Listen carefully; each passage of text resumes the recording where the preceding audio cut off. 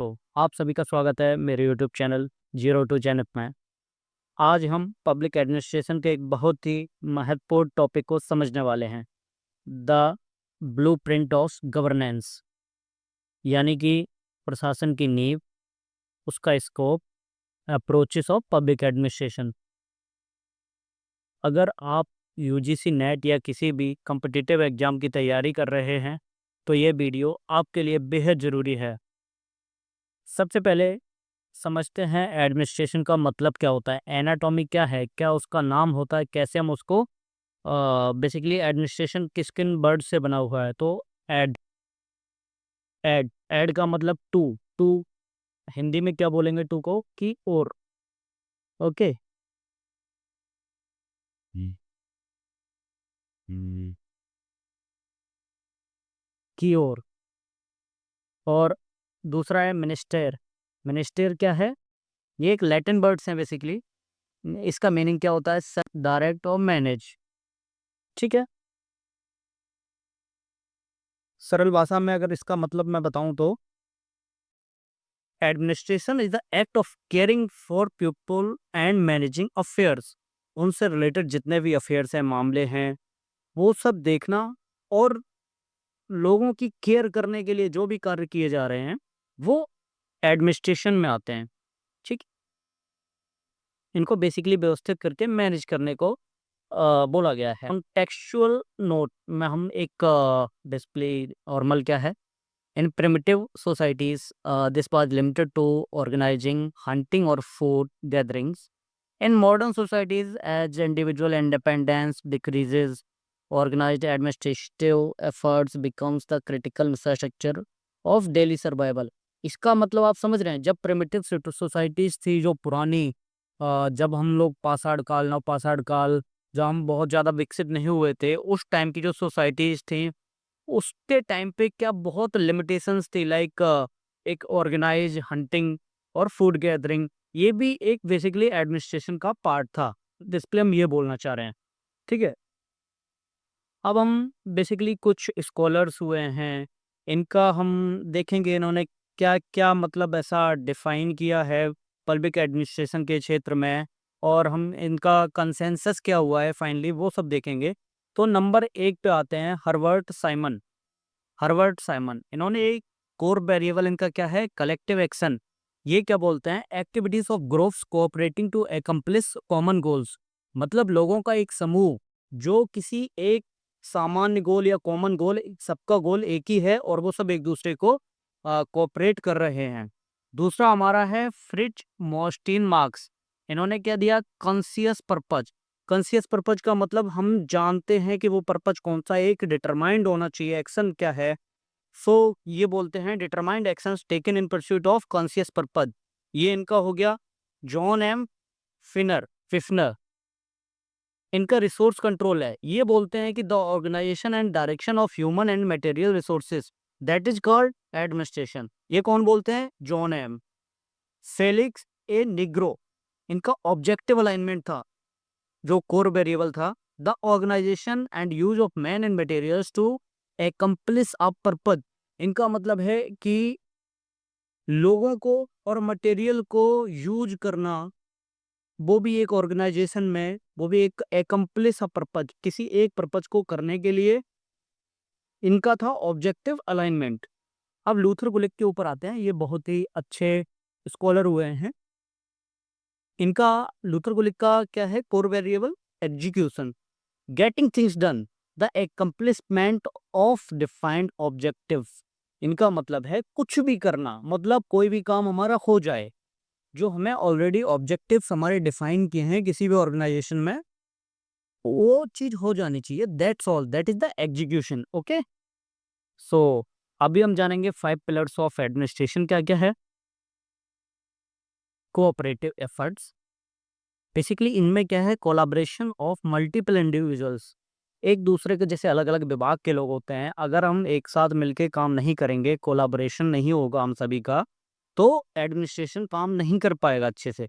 Common goal, सभी का एक कॉमन गोल होना चाहिए, directed towards a specific shared objective, distinct from individual motives. Individual motive से अलग भी एक कॉमन गोल होना चाहिए, लाइक अभी सरकार का क्या फर्ज बनता है कि जनता के लिए सब कुछ करना। उसके लिए पुलिस डिपार्टमेंट है या जो भी बेसिकली जनता के लिए काम कर रहे हैं, उनके लिए पॉलिसीज बना रहे हैं। ठीक है, तो ये सब आता है कॉमन गोल। इनका एक क्या कॉमन गोल है? कॉमन गोल क्या है? जनता की सेवा करना, जनता के लिए, जनता के लिए स्कीम्स बनाना, जनता के लिए रोजगार देना, जनता के लिए उनका डेली वेजेस अर्न करवाना। ठीक है, कोई भी बंदा भूखा ना सोए, उसका कम से कम जो डेली वेजेस है वो मिलना चाहिए अगर मजदूरी कर रहा है। इसको इंश्योर करने के लिए कौन है? लेबर डिपार्टमेंट है। बट सभी का क्या है? कॉमन गोल है। ठीक, एक फॉर्मल ऑर्गेनाइजेशन होना चाहिए, जैसा कि अभी मैंने बात किया कि एक ऑर्गेनाइजेशन है। Structured proof of administration chartered group do not qualify. इसका मतलब है कि स्ट्रक्चर्ड ग्रुप होना चाहिए जो ऑलरेडी एडमिनिस्ट्रेशन में आता है। जैसे कि अगर लेबर डिपार्टमेंट है, वो लेबर से रिलेटेड इंडस्ट्रियल जितना भी काम काज है वो देख रहे हैं। ठीक है, एक फिर आता है चौथा पिलर है authority. An administrating individuals must possess the power to direct others. ये बोल रहे हैं कि जो एक सबसे बड़ा बंदा है, किसके पास अथॉरिटी है? सपोज मान लेते हैं कि एक आईएएस के पास अथॉरिटी है, लाइक वो ग्रुप ए का बंदा है। अब उसके नीचे जितने भी बंदे हैं पूरे डिस्ट्रिक्ट में, जितने भी सरकारी कर्मचारी हैं, उन्हें वो डायरेक्ट कर पाए, ये उसके पास पावर होनी चाहिए। उसको बोलते हैं अथॉरिटी। अथॉरिटी किसके पास है? डीएम के पास है। डीएम से ऊपर क्या है? सचिव है, सचिव के पास है। तो ये हो गया अथॉरिटी। चौथा पिलर क्या हो गया? अथॉरिटी। अब पांचवा पिलर क्या है? Scale and formality. अभी एक बेसिकली हमें पता होना चाहिए कि हम किस एरिया में करने वाले हैं। एक स्केल क्या है, फॉर्मेलिटी इसमें मतलब क्या क्या हम करने वाले हैं। लाइक ये जैसे अप्लाइज टू लार्ज, ये जैसे एक स्केल दी है कि हाँ ये लार्ज एरिया में अप्लाई होगी।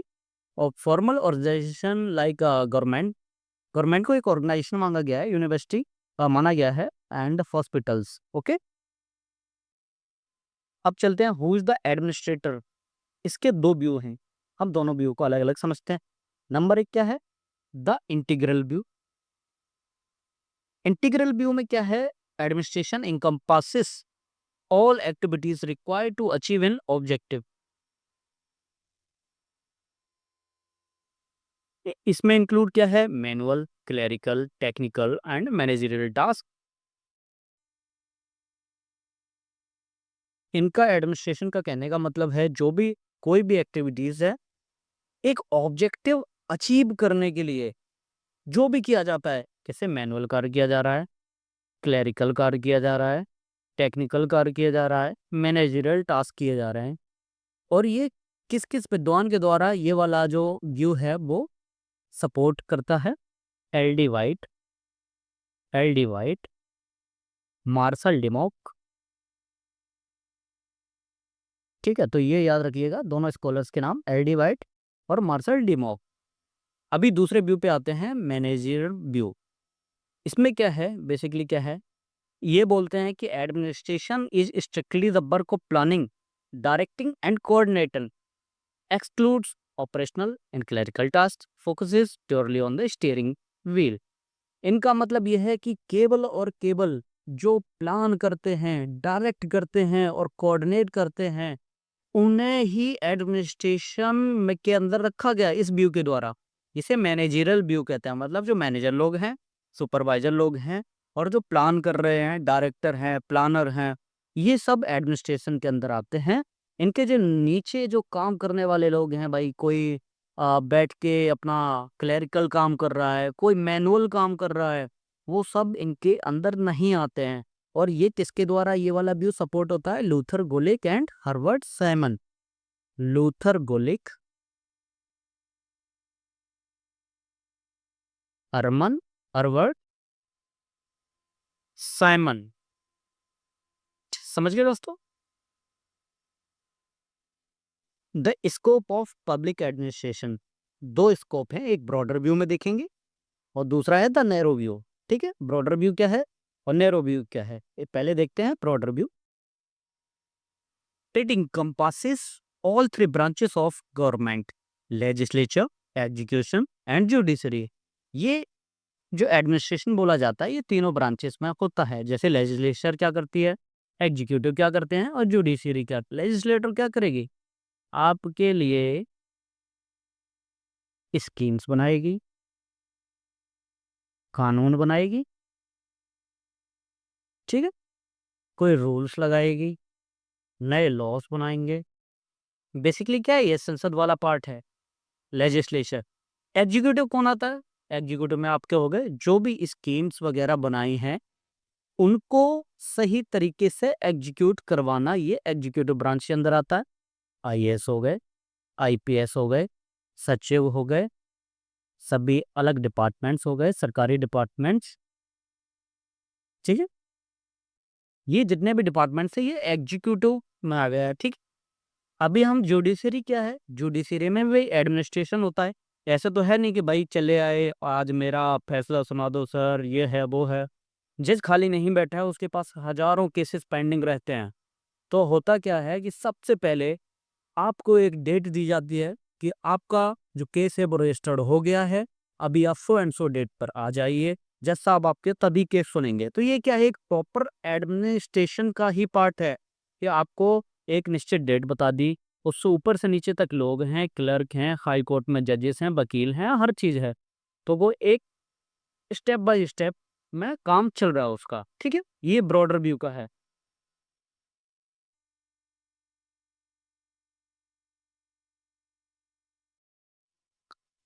ठीक है दोस्तों, इतना समझ में आ गया। अब मैं इसको हटा देता हूँ, मिटा देता हूँ, जैसे आप लोगों को सब कुछ समझ में आ चुका है। दूसरा इसमें पॉइंट देखिए, includes all activities aimed at fulfilling और इन्फोर्सिंग पब्लिक पॉलिसीज। ओके, समझ में आ गया, सेल्फ एक्सप्लेनेटरी। इसमें की थिंकर्स कौन कौन से हैं, L D white, F M marks, W F ब्लॉगवी, okay, बिलोवी बोलेंगे इसको, बिलोवी, ओके। अब आ जाते हैं द नैरो व्यू पे। द नैरो व्यू क्या कहता है देखेंगे, restricts scope strictly to executive branch of government. Okay, ये बोलते हैं जो एग्जीक्यूटिव पिलर है ये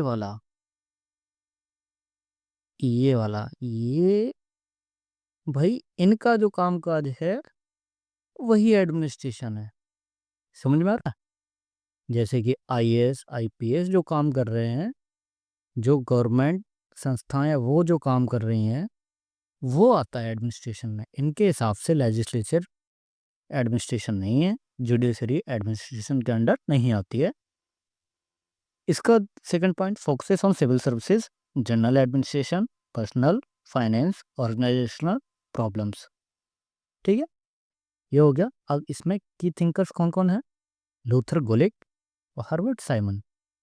ये दोनों लोग थोड़ा सा अलग ही चलते थे, लूथर गोलिक और हर्बर्ट साइमन। अब भी हम जानते हैं the POSDCORB, POSDCORB, managerial engine, ठीक है। अब ये बेसिकली क्या है, मैनेज, कैसे मैनेज करना है, क्या करना है, वो सारा इसमें POSDCORB, ये जो भी है, P for planning, working out the broad outline of things to be done, ठीक है। ब्रॉड आउटलाइन, ये आउटलाइन या प्लानिंग बना लेंगे कि क्या करना है। और O for organising, establishing the formal structure of authority, ये ऑर्गेनाइज करेंगे कि कौन किसका क्या रोल रहेगा, एक अथॉरिटी का पूरा स्ट्रक्चर ये फॉर्मल तरीके से इस्टेब्लिश कर देंगे। एस फॉर स्टाफिंग, स्टाफिंग में क्या आता है, रिक्रूटिंग आ गया, ट्रेनिंग आ गया, मेंटेनिंग फेवरेबल कंडीशंस आ गए।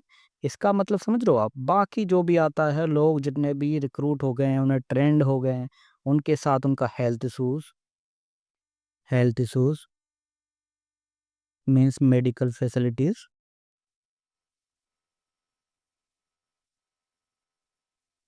ठीक है, मेडिकल फैसिलिटीज, उन्हें transport, all the things comes under favourable conditions, जो मेंटेन करना है हर जगह, ठीक है, वो स्टाफ को पूरा देना है, ये प्रोवाइड ही करना है। उन्हें रहने की व्यवस्था, खाने की व्यवस्था, पीने की व्यवस्था, उनका मेडिकल सारा facilities. D for directing, making decisions and issuing journal orders, instructions. ये क्या है, डायरेक्ट करेगा। किसको करेगा? जो पर्सनल स्टाफ रिक्रूट हुआ है, इसी में एक बंदा डायरेक्टर रहेगा, जिसे हम कोई भी पोस्ट मान लीजिए, मैं आईएएस को ही डायरेक्टर मान लेता हूँ। ये जर्नल ऑर्डर्स निकालेगा कि सो एंड सो थिंग्स होना चाहिए, कोई सेफ्टी इश्यूज है, ठीक है, वो निकाल देगा, एक ऑर्डर बना देगा। कोई कलेक्शन करना है, उसके लिए ऑर्डर निकाल देगा। ये डायरेक्टिंग है बेसिकली, ठीक है। फिर डायरेक्ट करेगा कि करना क्या है, डिसीजन बनाना है, ऑर्डर इंस्ट्रक्शन पास करेगा, ये डायरेक्टर हो गया, ठीक है। अब CO, coordinating, CO for coordinating, inter relating the various parts of work. ये कोऑर्डिनेशन करेगा। क्या करेगा कि एक मान लीजिए मकान बनना है, तो ये कोऑर्डिनेटर क्या करेगा, ये देखेगा कि इस साइड की भी दीवार बन गई है, इस साइड की भी दीवार बन गई है, फाउंडेशन भी अच्छी है। जब ऐसे लगेगा कि इसका मान लीजिए ये काम छूट रहा है, इस साइड वाला काम छूट रहा है, और टोटल एक गोल हमारा क्या था, मकान को बनाना। अब अगर इस साइड की वॉल छूट रही है और ये बन गई है, नीचे फाउंडेशन भी बन गई है सही, अगर ये वॉल जो नहीं बन पाएगी, तो क्या है, इसका एक जो कॉमन गोल था वो अचीव नहीं कर पाएगा, ठीक है। तो इसके लिए क्या करेगा, वो कोऑर्डिनेट करेगा कि so and so things to be done at the same time और with the coordination of other work.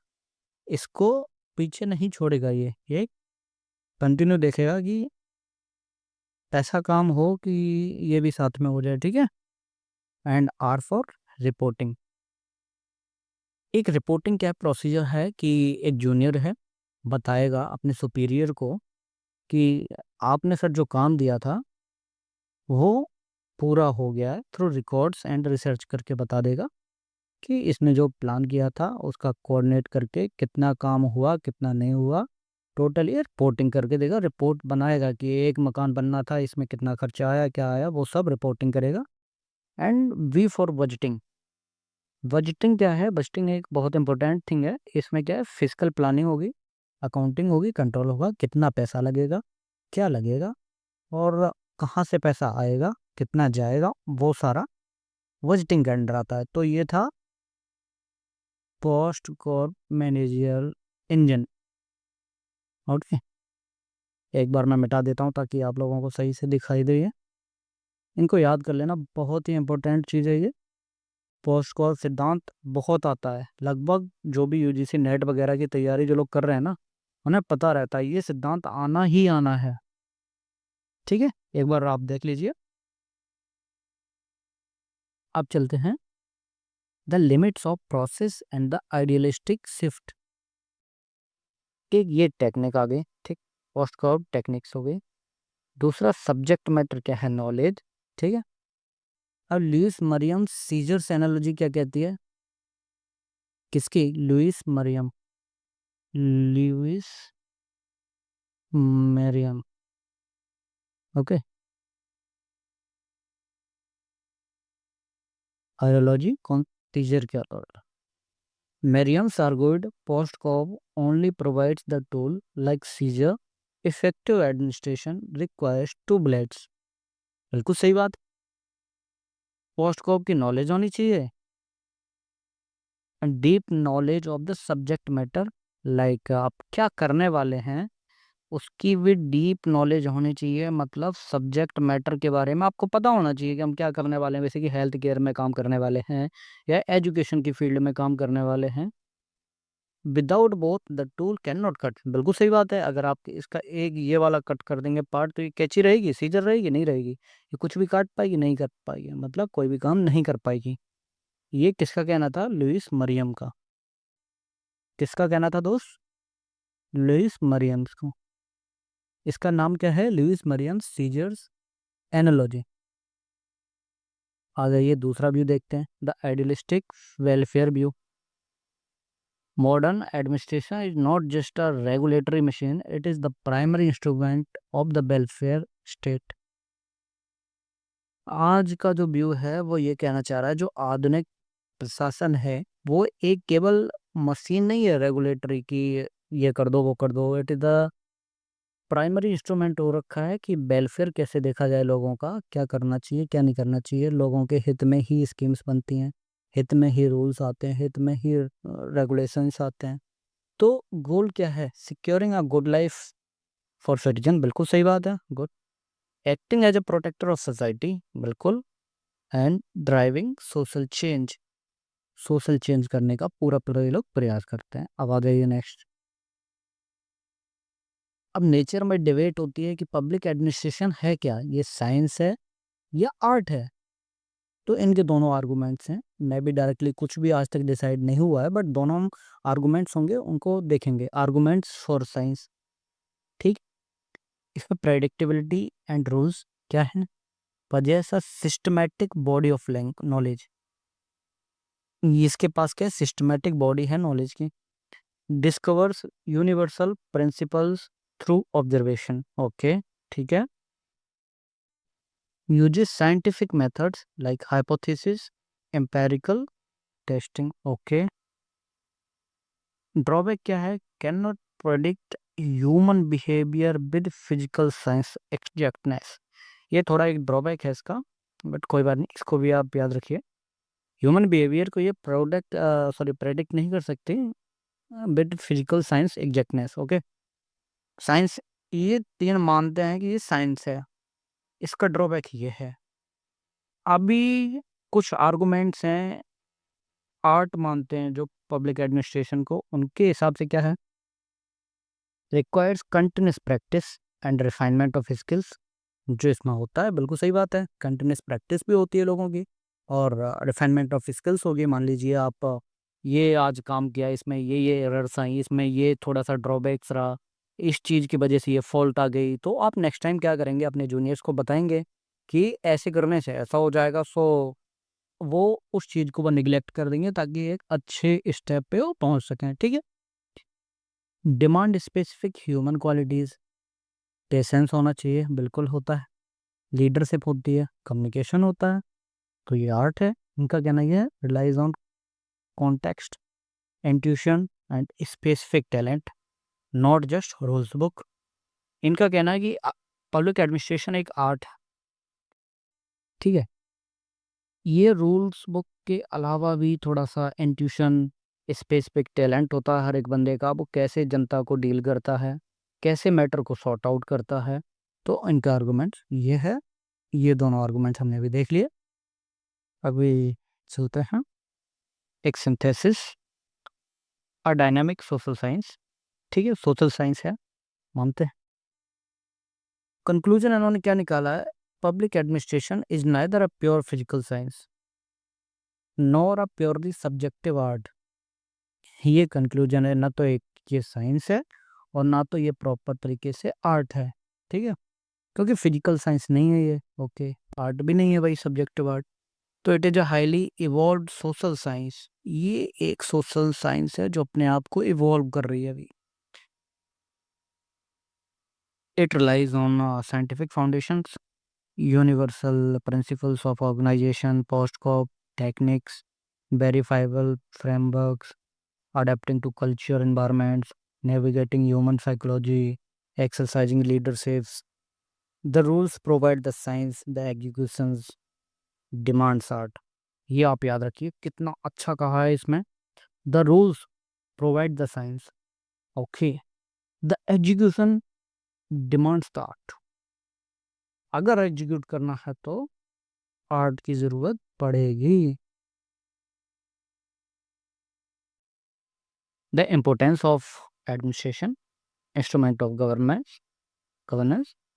इसका कोर फंक्शंस क्या है? कोर फंक्शंस हैं state survival, the most critical function is maintaining peace, public order and protecting citizens lifes and property. ये state survival हो गया। Execution of law, policies enacted by the legislature are meaningless without the administrative machinery to execute them. आगे समझ में, जो basically हमने starting में समझा था, लेजिस्लेचर का काम क्या है और एग्जीक्यूटिव का काम क्या है।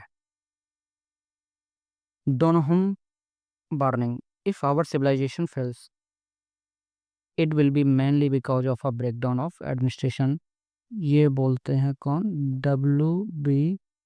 डनहम। ये बोलते हैं कि अगर हमारी सिविलाइजेशन फेल हो जाती है, ये किसके कारण होगी? कि एडमिनिस्ट्रेशन हमारा टूट गया था, ब्रेकडाउन हो गया है, दैट्स वाई। इसका टेक अवे देख लेते हैं। Like oxygen, administration goes unnoticed when it works perfectly, what it but its absence threatens societal existence. Good. The importance of administration, engine of development, बिल्कुल सही बात है। The welfare state model है। The state is no longer just a police state. It is responsible for education, healthcare, social securities, economic infrastructure, agent of social change. In developing nations, administration is the primary tool for eradicating poverty, building infrastructure, and enforcing social justice laws. ठीक है, ये भी देख लिया। Complex problem solving, tasked with managing urbanization, unemployment, and rapid technological advancement. Engine of development हो गया, बहुत अच्छे। How we study the blueprint, divergent approaches. The evolution of thought, the discipline has matured through 6 distinct analytical lenses, moving from rigid legal structures to dynamic human behavior. First आ जाते हैं constitutional legal, जो law और rules बनाती है। Focuses on formal legal framework, constitution and rules defining powers and functions, rigid and normative. ठीक है। Structural functions, organisation chart, emphasizes organizational structure, hierarchy, and roles for efficient function and mechanistic view. अब managerial पे आ जाते हैं। Efficiency and process, prioritise efficiency, economy, administrative process based on the scientific management, socio psychological human element, examines human behaviour, motivation, groups and leadership within administration, focus on people. Okay. Comparative cross-cultural studies administration across different countries and cultures to understand commonalities and differences. Broad view, ये basically broad view में हमने देखा था। Development goal oriented actions concerned with administration's role in achieving national development goal and societal change, forward looking. Okay. The institutional and managerial era. Constitutional legal approach क्या है? ये basically बहुत ज़्यादा focus करती है फॉर्मल लॉज पे, the constitution पे and the legal basis of administrative bodies पे। Highly prominent in Europe, Europe side में बहुत ज़्यादा प्रोमिनेंट है ये। इसका प्रोपोनेंट कौन है? डब्ल्यू एफ ब्लोवी, ब्लोवी बोलेंगे इसको। स्ट्रक्चरल फंक्शनल अप्रोच क्या है? Analyze formal structure of administrative bodies over their legal standing, looks at how specific structure fulfill specific functions. इसका प्रोपोनेंट कौन है? L D White, L D White. Okay, ये थोड़ा सा याद रखना किसने कौन सा अप्रोच दिया था। मैनेजरियल अप्रोच किसने दी थी? ये तो मैं पता ही है, लूथर गुलिक और एफ.डब्ल्यू. टेलर एल यूर्विक ने। Treats administration at technical efficiency, focuses on scientific management, post-growth, and finding the one best way to complete the task. Okay. अभी सेकेंड एरा हम देख रहे हैं, the human global and development era. Development approach क्या थी? Focuses on action oriented, goal directed administration, specific to rapid socio economic changes required in developing nations. Proponent कौन थे? Edward Weidner. Comparative approach का, move the beyond Western models to study administrative systems across different cultures and environments. The ecological perspective. Okay, इसका proponent कौन है? Fred W रिक्स.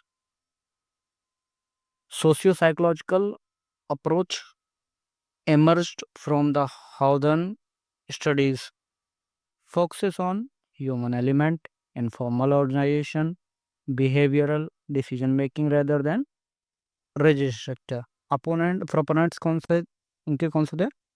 Harvard Simon, Chester Barnard, Harvard Simon. Thank you दोस्तों. अगर आपको ये video अच्छी लगी है तो आप लाइक कर सकते हैं और अपने किसी दोस्त मित्र के साथ शेयर कर सकते हैं. और इस चैनल पे ऐसी ही वीडियो देखने के लिए आप सब्सक्राइब कर सकते हैं. धन्यवाद.